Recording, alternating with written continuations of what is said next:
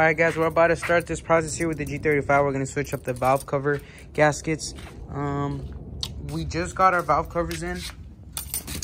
And we gotta, because these are not OEM. But these had good ratings. The only bad thing with these were that the gasket was kind of cheap. So we went to AutoZone and bought some better gaskets, some Felpro gaskets. And we're going to be replacing these, but the seals themselves look good, and so hopefully this is a trick. We're going to be replacing the gasket here. We're going to be putting high temp RTV. I know some of you guys put either this one or you guys put the torque RTV. It just smells like ass. This is like a vinegar based. Yeah, that's exactly what it smells like. All right guys, we just put the gasket and the gasket maker whatever at the bottom, so this thing stays in place. We put it in the oven, and now it's time to disassemble the valve cover, and then we'll come back and pick these up. Kind of took out the throttle body, the intake. That should be pretty self-explanatory. We put our intake, our throttle body here with the screws, the gasket. We have our upper plenum off.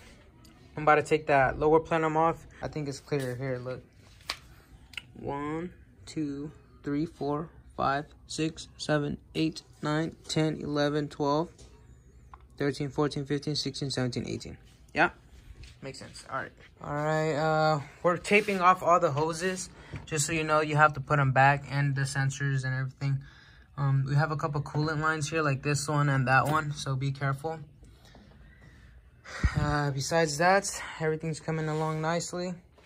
I'll take off the plenum spacer right now with the gasket itself, and well, we'll continue.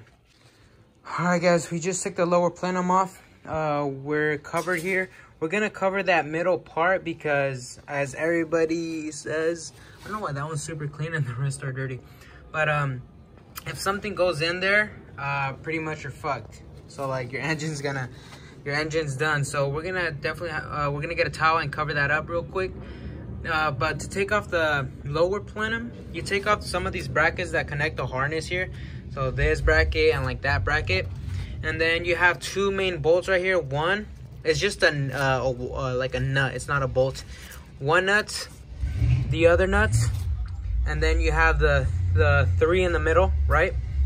That take off the lower plenum gasket, and then you take off the PCV hose. I think it's PCV.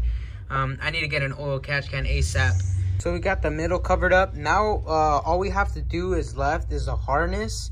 Take out the coil packs, and we should be good. When you guys take this off, it's just grab a piece of tape like this and write like for what cylinder. So there's 246 and 135, I believe. Or you can see it right here too. Look, 135, and then over here it should say 246. Well, regardless, common sense, 246. Go ahead, unplug one by one, and then put the tape saying cylinder 2 or 4 and then 6. That way you don't get them confused when it comes to putting it back together, because if you guys can connect the wrong sensors in the wrong coil, it could cause something bad. So all right guys, I'm kind of getting carried away, like I want to finish this and stuff, but just update. I took off all the harness bolts. I took out just this side, not that side yet. The bolts for the valve cover are pretty simple, 4 on each side. 1, 2, 3, 4, and 1, 2, 3, and then there's a fourth one like right there somewhere. I turned on my flash. Maybe you guys can see. You guys see, I took it off already, but it's that little black thing right there. That's probably the hardest one to get. That's the first one I took out just because it was the hardest one. The rest are pretty straightforward. After we take off those bolts, this thing should come right off, and then we can slap on the new one. All right guys, we took off all the bolts, so this should technically be loose. I didn't even see that one. Is there a bolt on the other side? Yup, there's one on. Okay. Yup, there's one here, and then okay, let's take off those first. All right guys, so he's putting a little bit of gasket maker on the corners because, what you say, it's not flat? Yeah, when you have a bend word, when you don't have a flat seam like this, like these corners, on corners that go upward and there's a seal, you always put gasket maker. And we got our new valve cover, nice and toasted. Then the new valve cover, and we just need to take out this one out. I'm not sure how we're gonna do it. because these bolts right here are covered by all this freaking mess. I can't even see the bolt with my naked eye. So, alright guys, we're taking off the coils of the second one. He somehow managed to take out the bolts off the valve cover. I don't know how the f is a guru.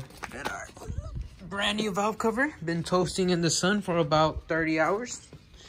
Nice and toasty. Alright guys, for those changing your valve covers, you know, he's removing the previous gasket that was on, not the gasket, the fucking, like the sealant. Gasket sealant, gasket maker, whatever. Yeah. Alright, we're gonna go in with the new, alright? Ready, 3, 2, 1. Alright, the new valve cover is nice and there, you know. We just need to have to put everything back. Except we're not gonna put our manifold over there, but yet just because we have Z1 bringing us the hose. They're driving right now. They're on their way to my house to deliver this breather hose. All right, guys, it's been a couple days later. Well, this is what happened here. The equalizer, the little hose that connects both valves, accidentally broke off. Well, it didn't broke off. It was toasted. It was like this hard, bro. So, my friend had to take it off somehow. It cracked, and well, anyways, we ordered a Z1 hose. Perfect. So now we can slap that on there, and now it looks beautiful. 3, 2, 1. There you go, ladies and gentlemen. It's installed, and now we can put everything back together. All right, guys, everything's set. This hose right here, I should have put this lower manifold. I should have, like, before placing, I should have shoved this hose when I put this lower manifold, kind of like that. But I ended up putting the lower manifold, as you guys saw, and then I put this, and then this, and then this is super stiff. This is really hard, just like this one that cracked. It's really hard. And I didn't want to take everything back off because I was already at this point. I had to take every single bolt off to the lower manifold. So I tried to really like stretch this back as much as I could. And I managed to put it in, but it cracked a little bit. So you guys can see there. But didn't pass this clamp. So the crack literally ends there. Either way, we're gonna be replacing this because I'm trying to see if I can get an oil catch can here soon. So that'll replace that, so there's no issue. As long as it's fine for right now, very shortly, I'm probably gonna order that in the next day or next 2 days. Hopefully everything's okay. Hopefully nothing goes bad. There you go.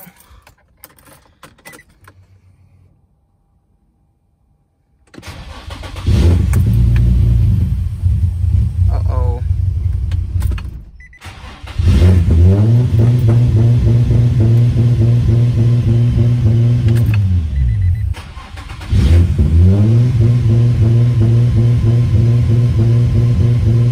Okay, so you guys just saw I had a check engine light. It was super high on idle. It was shaking a lot. I was checking the forums and it said, check all your vacuum lines. I was like, I'm pretty sure I connected everything. Come here to the back, come to find out. Look at this one. Oh my God. All right, everything. Oh, my manifold too. What the you see? I was just gonna say, all right, guys, I think we're ready, but now everything should be connected. The back two are connected. The throttle body sensor is connected. Coolant line right there. Freaking coolant hose. Okay, here we go. Try two. Hopefully this one works.